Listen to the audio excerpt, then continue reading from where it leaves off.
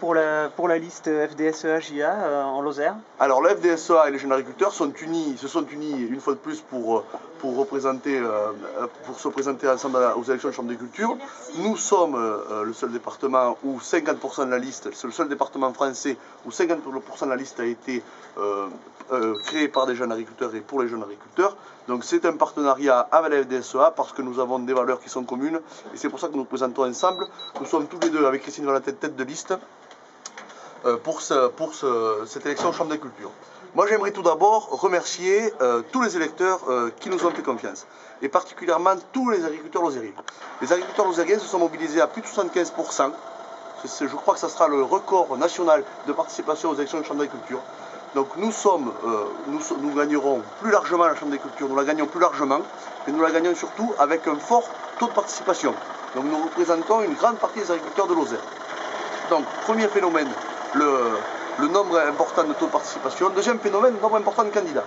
Et je pense qu'il faut tous les remercier et souligner leur engagement, parce que quand on se présente à une élection, c'est qu'on veut faire évoluer les choses. Les 214 candidats qui sont présentés aux élections de Chambre d'agriculture, eh bien, je crois qu'ils ont fait preuve d'un engagement pour l'agriculture lozérienne, et c'est tout à fait positif pour l'avenir de l'agriculture qu'il y ait des gens qui veuillent s'engager. Est-ce que ça veut dire que la Chambre sera peut-être plus ouverte aux idées des autres candidats, ce que vous venez de dire ? Alors l'ouverture, pour nous, c'est pas un problème. Nous avons toujours été ouverts, je vous l'ai déjà expliqué lors du débat, nous avons des structures dans nos syndicats dans lesquelles nous avons ouvert une partie du conseil d'administration à nos concurrents syndicaux. Nous sommes concurrents syndicaux pour le jour de l'élection, mais au lendemain, nous sommes tous ensemble agriculteurs de la Lozère. L'écart se creuse pour vous, vous expliquez ça comment ? On explique ça tout simplement par c'est le fruit du travail. Christine Valentin vous a précisé tout à l'heure toutes nos actions au niveau national et départemental, mais il y a aussi toutes nos actions au niveau local.